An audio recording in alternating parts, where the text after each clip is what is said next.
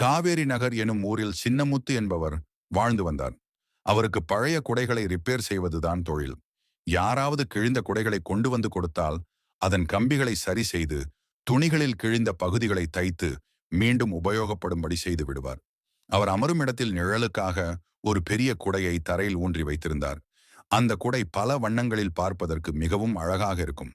அந்த குடைக்கு தன்னை பற்றியும் தன் அழகை பற்றியும் மிகவும் கர்வம் கொண்டிருந்தது.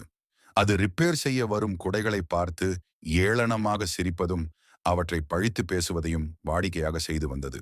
வேலைக்கு வரும் குடைகளோ வந்த இடத்தில் நமக்கேன் வம்பு என்று மௌனமாக இருந்துவிடும். ஒரு நாள் மாலை நேரம் வானம் இருண்டு கொண்டிருந்தது. வானில் மேகக்கூட்டம் திரண்டது. மழை வருவதற்கான அறிகுறி அதிகமாகவே இருந்தது.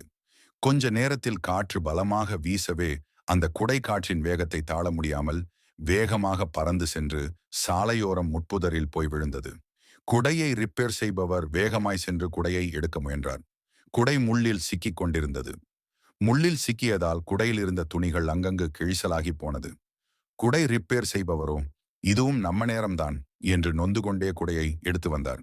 அப்போது மழை பெய்ய தொடங்கியதால் தன் வேலைகளை மூட்டை கட்டி வைத்தார்.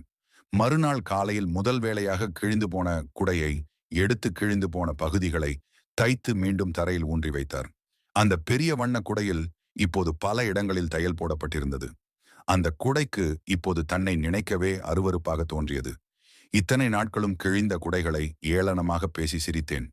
இப்போது என் நிலைமை அதைவிட மோசமாகிவிட்டதே என்று வருந்தியது. அதன் பிறகு வேலைக்காக வரும் குடைகளை பார்த்து கேலி கிண்டல் பேசுவதை நிறுத்திக் கொண்டது.